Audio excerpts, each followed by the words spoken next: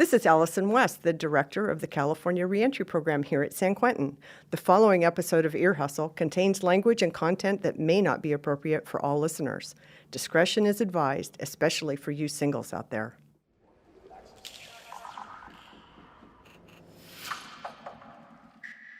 We're going to have to ask you some pretty personal questions and just think of us as doctors. How old were you when you got arrested? I was 14 when I first got arrested. What grade you was in?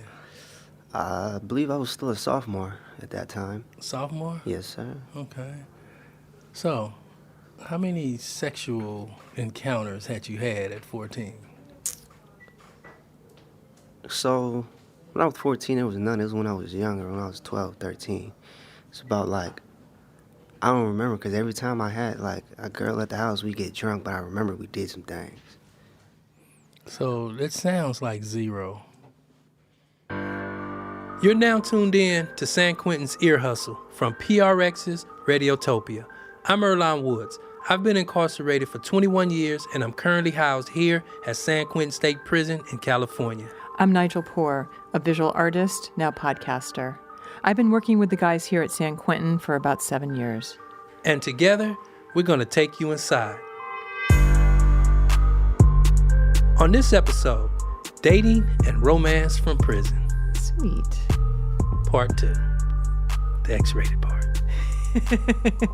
The dog part. Roof.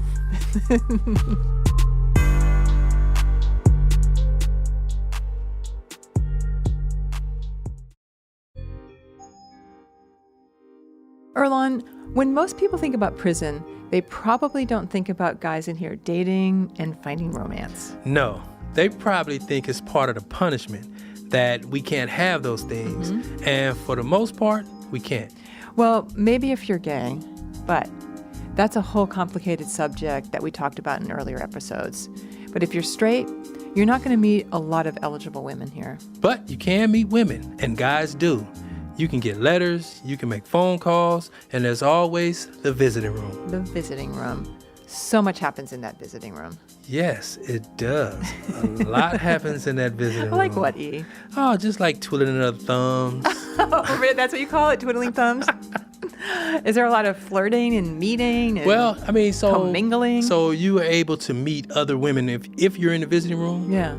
By just reaching out and talking to people. You could be at the vending machine and somebody's sister might be like, hey, how you doing? But what's the etiquette? So if someone's visiting with their family and there's some single women there, can you just go over and start talking to them? Technically, you're not supposed to because it's just a respect thing. Yeah. But sometimes situations happen. But remember, first and foremost, you got to be in the visiting room for this to even go on. That's so right.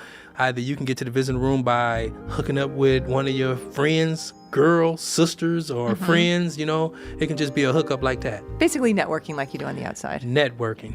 So for this episode, we spoke with a lot of guys about their dating experiences and also about romance in general from prison.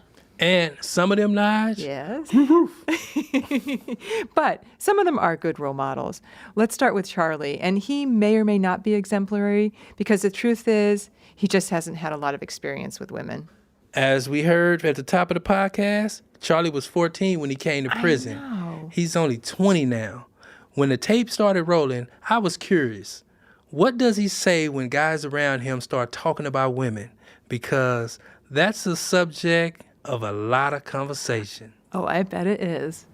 Well, I engage in the conversation, but I mostly, I try to ask questions because I don't really know much about women like that. So when I do get into a conversation, I won't make the mistake of saying the wrong things. So have you ever found yourself making up stories just to be in the conversation?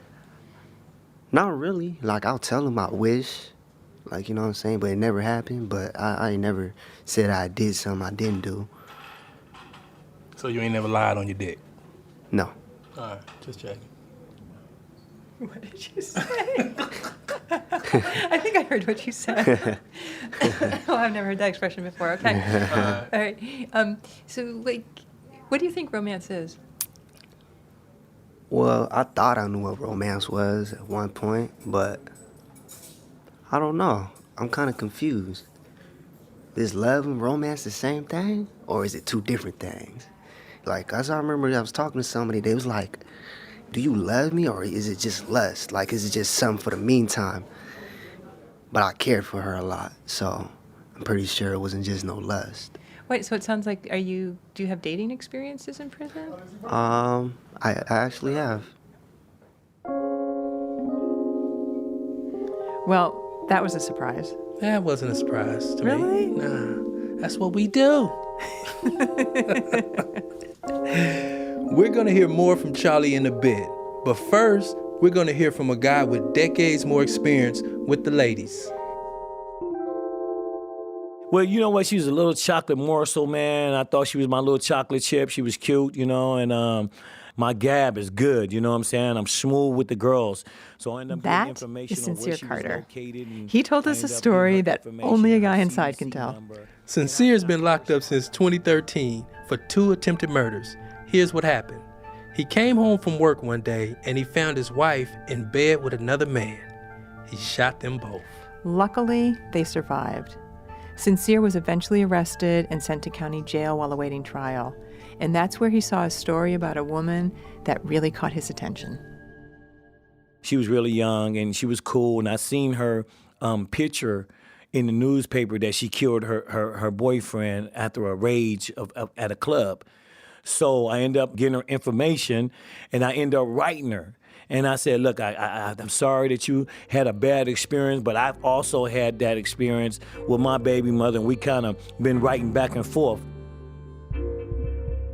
Okay, that is a lot to take in. So let's just do a little recap here, E, because he is a fast talker. Okay, Sincere tried to kill his wife and her lover. Right, He's interested in a woman who had succeeded in killing her boyfriend. right. And they started correspondence. That's pretty much it. She's in jail for women and he's in jail for men. They both waiting for trial, but still, they figure out a way to meet. She told me her date that she was going to court, and I was on the same bus that she was on. E, how could they be on the same bus? You've got to explain this. Well, it all depends on what court you're going to, because sometimes they'll put you on a big old Greyhound bus where the men and women, they're caged off from each other. Okay. Or other times they'll put you on a smaller bus or van, and on those, there's no separation. Back to the story. I told her to sit close to the guys, and I was going to sit on the front row. I pushed everybody back. Let me get in, you know. Yo, I want to meet my little lady up here. And I pulled her. I know that when she seen me, she was like, God, you're handsome. You look like Denzel Washington. I was like, yeah, I do, don't I, baby? You know, we got the kissing and hugging and touching and feeling with the shackles on. You know, I'm trying to reach my arm over, you know. Y'all sit back there. Sit down, the officer said, you know. But, you know, I'm a Brooklyn boy. We going to do our thing, man. We cocky with it, you know. Those Brooklyn boys, better watch out. In their trip on the bus to and from court, they saw each other a few more times, but mostly their relationship was in letters. Before they were shipped off to prison, they figured out how to meet one last time. She made sure that her lawyer got her the date on the same day I go to court. So we got sentenced on the same day. And I promised that we will ride this thing together all the way through prison as well.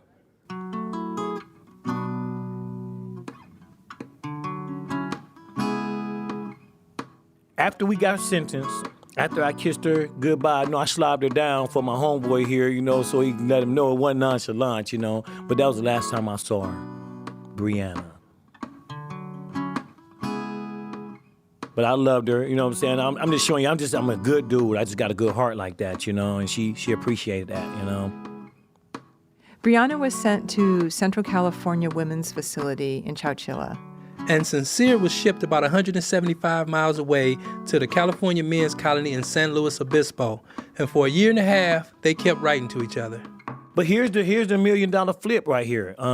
As we wrote and we got closer and closer, she ended up telling me, because she had 3 daughters, and she ended up telling me that one of her baby daddies out there in the streets decided to get back with her.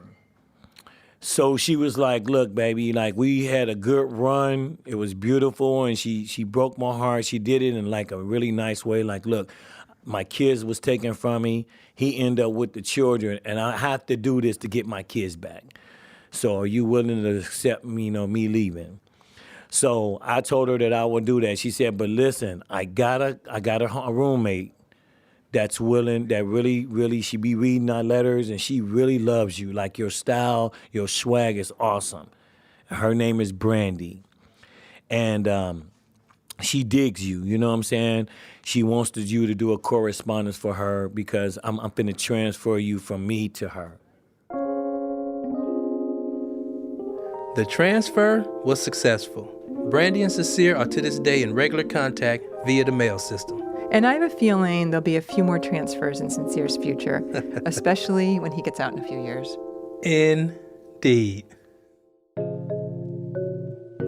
You know, E, as we were collecting stories for this episode, one thing became clear. What's that? Even though everyone here is deprived of regular female company, they all have dreams of connecting with a partner somehow, someday. It's called hope. We're not quite human without it. That's right.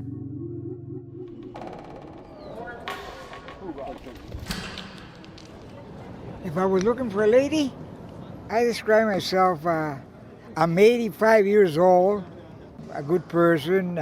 As far as being healthy, I'm very healthy because I do exercise. I run the track and I do push-ups, you know. And Tall, athletic, handsome, caring, and attentive. Chocolate, about 5'10", 230, athletic. I like doing things that's outdoors. I also like chilling in the house. Well, I want to say I'm 6 feet, but every time I go to a doctor appointment, they always make it clear to say that I'm 5'11" and 3/4 inches. I'm Cambodian, which is also known as the darkest Asians, but we're also the coolest. I would describe myself as a very enlightened and thoughtful person. Short black hair, brown eyes. You know, as a Puerto Rican, we describe our complexion as trigueño, which pretty much just means a light-skinned black guy. I'm not a handsome guy. I'm not really Valentino, you know. Well, I'm a likable guy, handsome, funny. I'm a pretty outgoing individual. I am cool. You know, I would say I'm fairly good looking, not to be conceited or nothing. And that I can tell some jokes, but not a lot of them. All I want is to go live a good life. I have faith, good conscience, and I'm wiser now. All I want is to get out and go die in the streets. I don't want to die in here.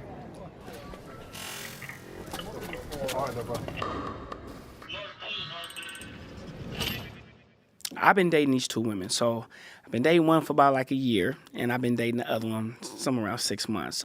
One comes on Saturday, one comes on Sunday. Don't ask me how I do it, but somehow I'm managing to date these two women. So in the process of me, you know, getting to know these women, I take pictures with them. So I take pictures with this one on Saturday, and then I take pictures with this one on Sunday.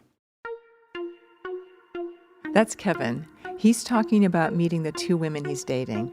E, can you explain what those pictures in the visiting room are? Well, they're the same like pictures in the club. When you go to the club, you want to take pictures to remember the moment. And it's the same thing. You mean there's like a roving photographer? There's actually a photographer, and it costs $2 for each picture. You can either buy a canteen ducket, a picture ducket, it's called a photo ducket, or your family member or your visitor can buy one up front. Oh, okay. And then they're actually walking around? No, so it's one spot. I think it's like one designated spot. They got a picture behind it. You can just stand in front of the picture, take a picture, then they print it out for you right there. Nice. And you got a memorable moment. So Kevin gets pictures taken with these two women, and this is where the trouble begins for him. The one that's been here for a year, I like taking pictures with her. She gets a lot of attention. A lot of guys think she's beautiful. The other one, she's beautiful in her own way. God didn't make no ugly women. They all beautiful in their own way, you know.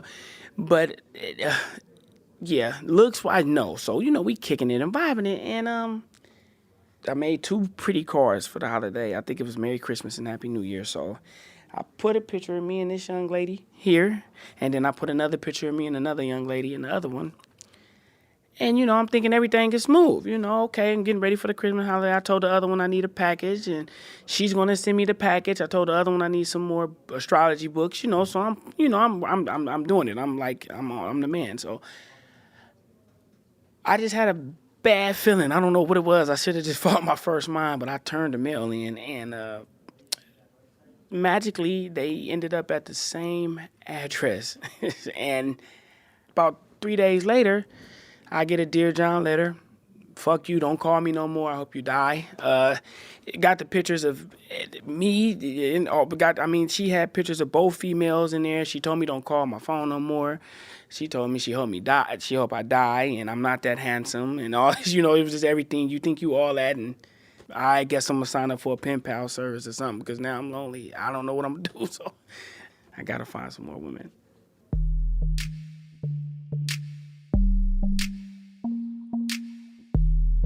You know what I learned from this dating story, E? What's that? Well, God didn't make any ugly women, but he sure as hell made some careless men. You know what? What?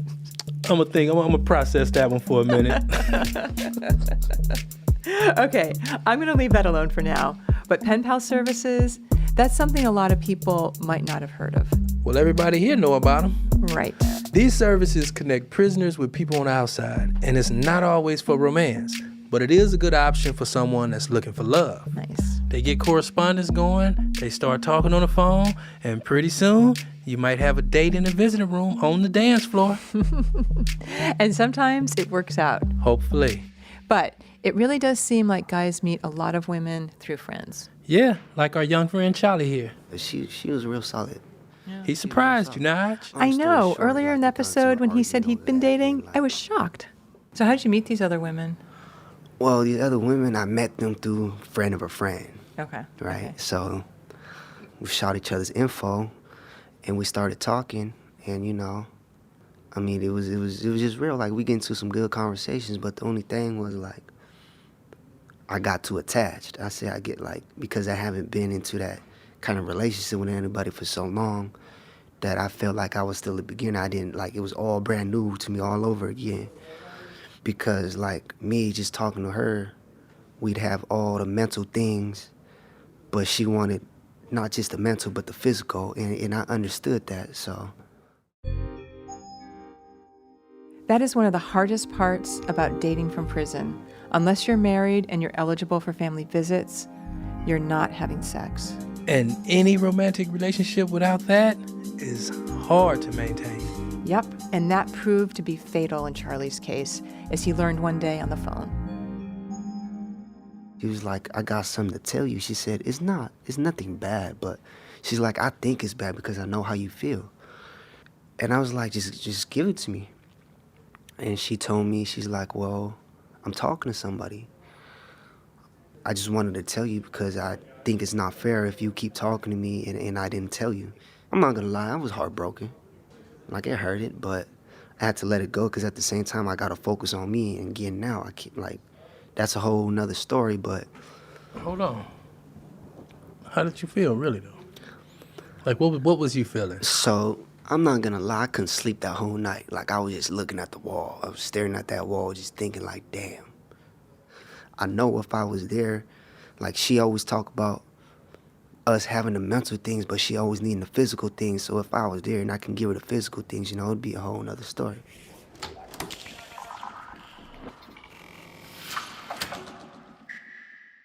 I feel like I'm prime real estate right now. Let's say this. Okay, what you got to offer? I think I'm good looking. I'm working on my physical appearance. I'm working on... Describe yourself. I'm about 5'7". Brown eyes. Caramel complexion. Dreads down my back. Glasses, optional. I have tattoos all over my body. I have a slight gut, but I'm getting rid of it. I'm working on it. Prime real estate. That piece of prime real estate didn't want to use his name, so we're calling him Mo. He says he's in a committed relationship, but it's complicated. See, I love my girl. I love my girl, but it's like my love is not, I'm in love with her. It's more like I love her for the friendship that we have, because we've been... He's known his girl for a long time, but they've only been a couple for the past 3 years. And Well, on the street, she was I don't just know about a really, like, couple, rebound girl. but he I does go call it a to relationship. after I lose. All right. Her conversation is not where my conversation is at now. She still want to be stuck in the hood, what's going on around there, who's doing this, to where, like me, I'm more stimulated with, talking politics or talking about how to restructure my life and build and become better as a person and stuff like that. And when that talk come up to her, that's like irrelevant. And plus her physical appearance is kind of lost its touch. So I'm like, Describe her. she done got up to like 200 something pounds. She's bubbly white chick. She just... Do she say nigga? No, don't allow her to do that. Okay. But she is the white black girl. Just too hood. Like, yeah, wanna ratchet. You know what I'm saying? So... Oh, God, E, I don't know. This is pretty hard to hear. I always say working inside a prison has made me respect men more, but this is definitely putting it to the test. So, of course, we wanted to have him on because there are guys like this in prison, just like there are guys and gals like this on the streets. Fair enough. So brace yourself. Let's hear a bit more from Mo. I would say that if she was to take my advice and just do some of the things I asked her to do, I wouldn't even be thinking about leaving her at all. And just to take care of her body physically. I mean, yeah, I'm a looker. I like a beautiful woman.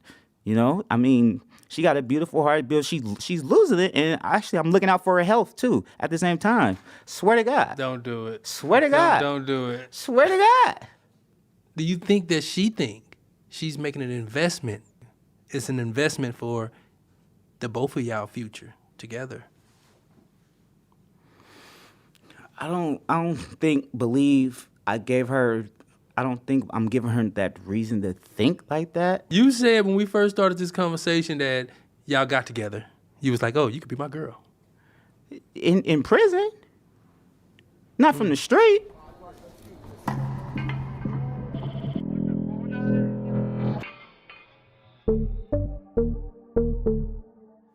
Okay, it's time for a public service announcement from Allyson West. She did our listener alert at the top of the show, and as she said, she runs the California Reentry Program. She was on the last episode talking about what happens when volunteers fall in love with someone in prison. So maybe one last question. And Naj, that last thing you asked her turned out to be so relevant to this episode. So we do get emails from people asking us about dating in prison, and they want to be a pen pal, and are they going to give somebody the wrong impression by being a pen pal? So what advice would you have for somebody who has met, they're not incarcerated, and they've met somebody in prison? Do you have any advice for somebody who wants to start dating someone in prison? What would you tell them? Probably the same dating advice I'd give anybody. Get to know them 2 years before you commit to anything. I mean, really, I think it takes at least a year to scratch the surface of somebody. And in prison, I'd say 2 years, just because when you're out, you can go out on 3 dates a week if you want. You can talk on the phone, you can text, you can email, you can Facebook, you can Instagram, you can all those other apps. There's a million ways that you can be in touch. You can meet his parents, he can meet your parents.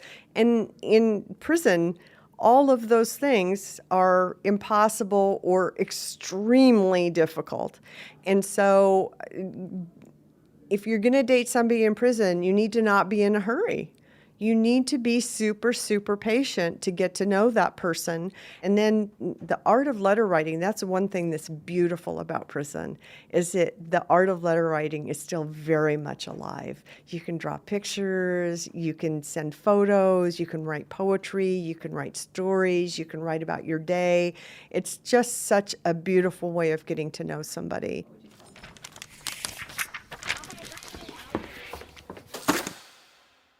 potentially you're going to be in prison for a little while longer, right? I hope not. Let's hope not.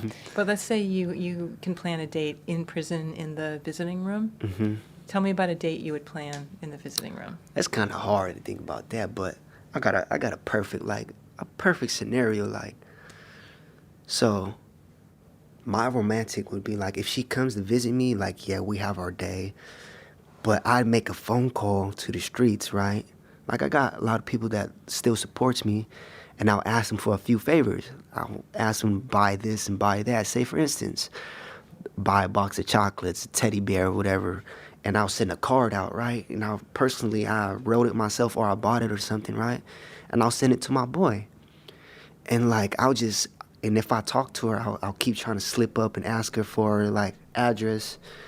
And when she slips up, I'll tell my boy, like, look, bro, this is what I want you to do. I want you to drop this off in front of her house at a certain time. So when I call her on a payphone and we talk, and I can be like, you know what you doing right now? And she either be like, oh, I'm laying down, or I'm watching TV. And I just want to be like, you know what? Would you trust me? She's going to be like, trust you? Like, of course. I'm like, okay, well, go put your shoes and your sweater on real quick. And she's going to be like, what? For what? Like, you know, and I'll be like, just trust me, just do it.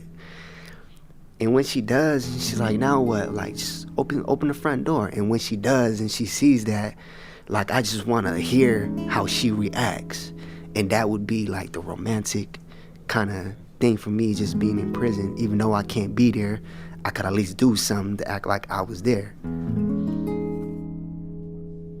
Have you been on a visit with a woman? No. With that intention? No.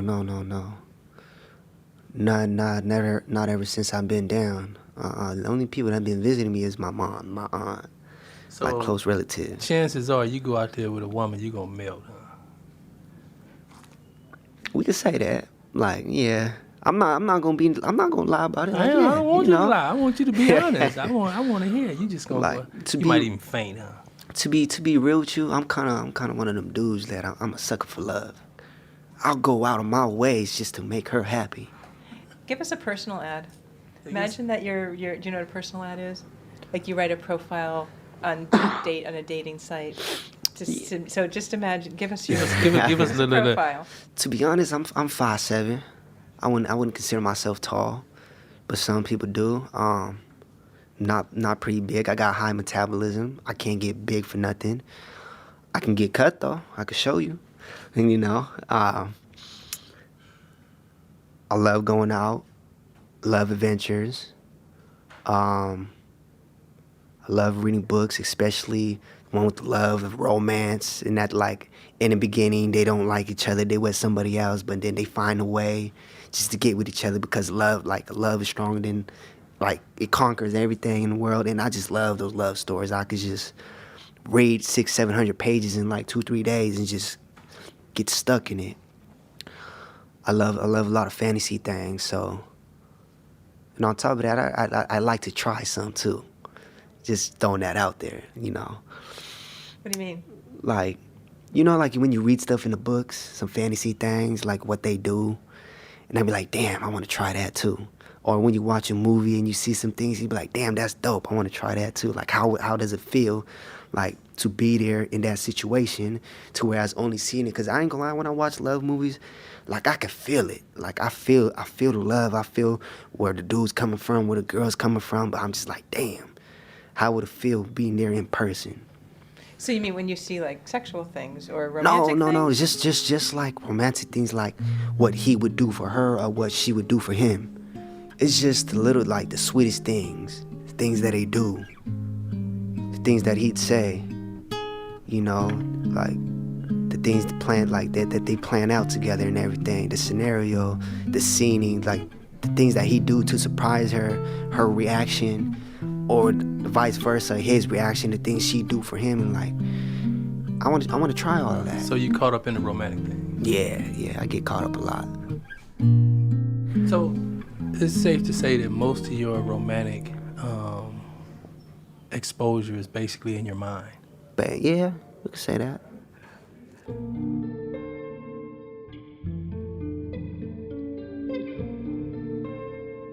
E? Personal question for you. All right. Listeners may want to know Are you dating anyone? Crickets. Okay. Pregnant pause. Pregnant pause.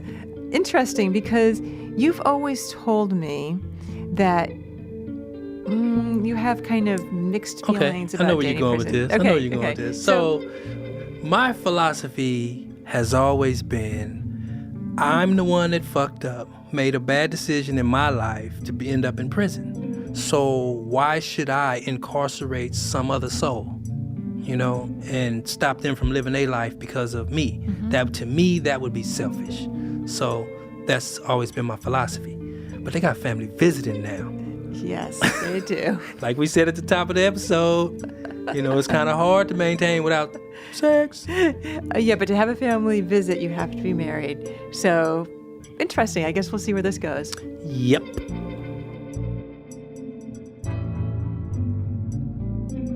Thanks to Charlie Srey, Sincere Carter, Kevin Turner, Mo, and Allyson West for talking to us for this episode. And don't forget about all the Yard Talk guys. Good looking out. They were great. Especially the 85-year-old Joe. Go hey, Joe. He be jogging, doing push. I'll be like, decent. I want to be like that when I'm 85. Me too. When we come back, we have a count time. That's when we play a little extra something, a song, a poem, just some interesting tape we want you to hear. This time, we have a few jokes from our friend Jessie Ayers, who performs stand-up here at San Quentin. We invited a small audience down to the media lab to hear him tell a dating story. We'll be back with that after a break.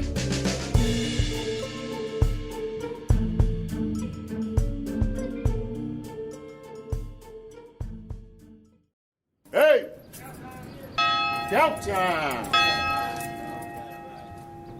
I know there ain't no cell phones here at San Quentin, but when I was at this other prison, I had this homie, right, he used to let me use his.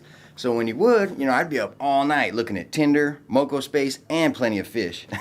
My POF profile said I was a student majoring in criminal justice and that I worked in a correctional facility. Yeah, pushing a mop. Hey, girls out there must like that because I was getting hella hits off of that. I was going through hella profiles until I saw Jenny. And let me tell you, the first time I saw Jenny, my heart skipped a beat. Hey, in just a few days, we were texting all the time. Things were going hella good until she set up a dinner date for that Friday night. I texted back, sounds great, see you then. But I was thinking to myself, yeah, right, see you Friday night in 2023. Hey, I fucked up because I told the homie about Jenny and he was all, just don't fall in love. And I was like, shoot, you don't know I'm a player, fool. They must not have told you about me. Yeah, okay.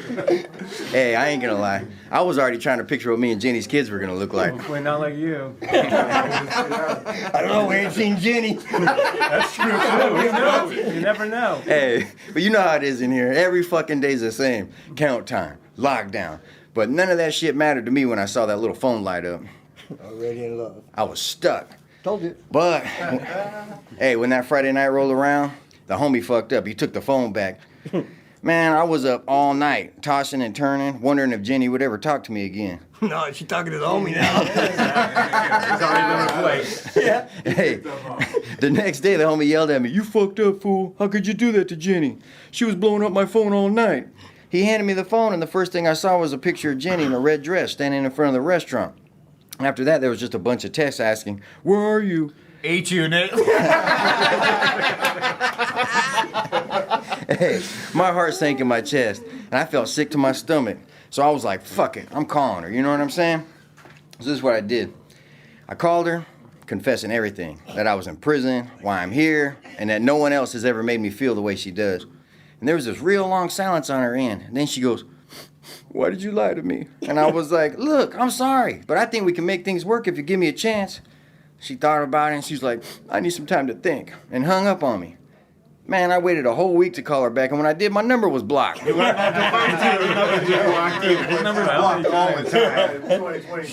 Hey, my heart was broke, right? But in the end, I guess we both got hurt, you know? But I ain't gonna lie, it felt hella good to be in love, even if it was just for a few days on the phone. Player. All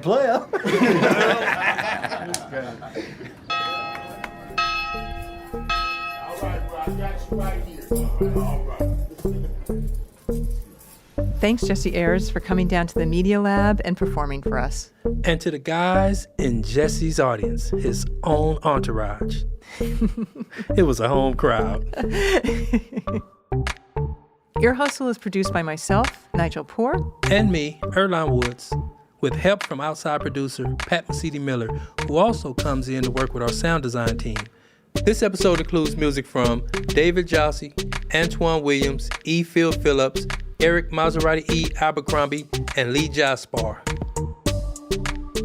Curtis Fox is our story editor, Aaron Wade's our digital producer, and Julie Shapiro is our executive producer for Radiotopia. We want to thank Warden Ron Davis, and as you know, every episode has to be approved by this guy here. This is Lieutenant Sam Robinson, the Public Information Officer at San Quentin State Prison. You know, there are a number of people here at San Quentin State Prison, staff and inmate-wise, whose families and lives have been impacted by the disaster that's taken place with the fires here in Northern California. And I think there should be a place that we allow some space for some thoughts and prayers and whatever engagement that people have in their hearts to look out for other people during this season. So again, this is Lieutenant Robinson at San Quentin State Prison, and I approve this story. Next time on Ear Hustle, a very special friend comes to San Quentin. Who happens to be flat. Well, that's because he's made out of paper. And he's kin to Stanley. Kin. It's a little homie right here. Yeah. I mean, before when we first met, he was a little shy, but then we kicked it for like, what was it, like 2 weeks? Had burritos, worked out together, played soccer. We did all kinds of stuff together. He's my best friend now. He's my homie. Ear Hustle is a proud member of Radiotopia from PRX, a collection of the best podcasts around. Hear more at radiotopia.fm. This is Ali Tambora, who used to be a resident here at San Quentin State Prison. I now work for the Chan Zuckerberg Initiative. This podcast was made possible with support from the Chan Zuckerberg Initiative, working to redesign the justice system by building power and opportunity for communities impacted by incarceration. I'm Earlonne Woods. And I'm Nigel Poor. Thanks for listening. You know, oh, did I forget? I like to dance. Oh, yeah. I like to dance. I like to have a good time, man, you know. I don't do the two-step. I do a 6 or 7 step. And she gonna like the footwork. Woo! Hey! Look at that. See that there? You like that? Huh? Yeah, you see that? I do it. I see. Hey, that's Radiotopia.